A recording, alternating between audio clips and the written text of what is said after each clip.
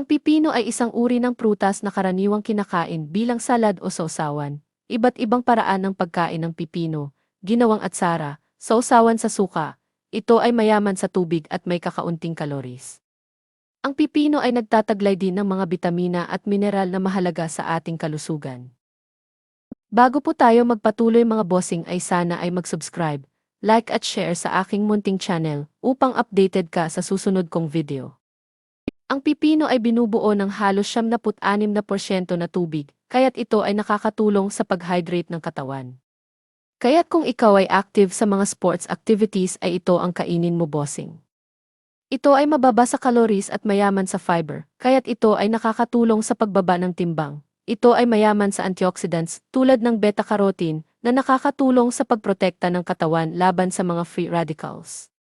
Mayaman ito sa fiber at tubig, kaya't ito ay nakakatulong sa pagpapabuti ng digestion at pag-iwas sa constipation. Mayaman din ito sa potassium na nakakatulong sa pagbaba ng blood pressure at pag-iwas sa sakit sa puso. Ang pipino ay mayaman sa vitamin C na nakakatulong sa pagpapaganda ng skin at pag-iwas sa mga wrinkles.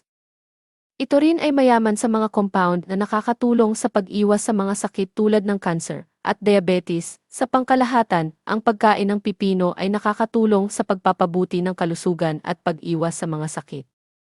At lagi kang kondisyon sa iyong pisikal na gawain sa araw-araw.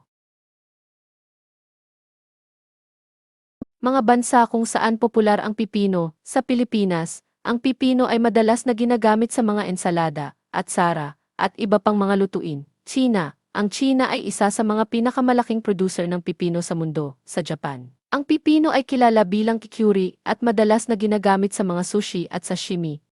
Sa Korea, ang pipino ay isang mahalagang sangkap sa mga kimchi at iba pang mga lutuin. Sa India, ang pipino ay madalas na kinakain bilang isang sariwang gulay o ginagamit sa mga salad. Sa Estados Unidos, ang pipino ay popular bilang isang sariwang gulay at ginagamit sa mga salad, sandwich, at iba pang mga pagkain. Sa Mexico, ang pipino ay kilala bilang pepino at madalas na ginagamit sa mga ensalada at iba pang mga lutuin. Ito ay ilan lamang sa mga bansa kung saan popular ang pipino. Ang pipino ay isang versatile na maaaring kainin sa iba't ibang paraan at madalas na itinatanim sa maraming bahagi ng mundo. Hanggang dito na lang mga boss, kung ikaw ay may karamdaman ay magpakonsulta sa doktor at huwag pong mag-self-remedy. Salamat po mga bossing sa panonood.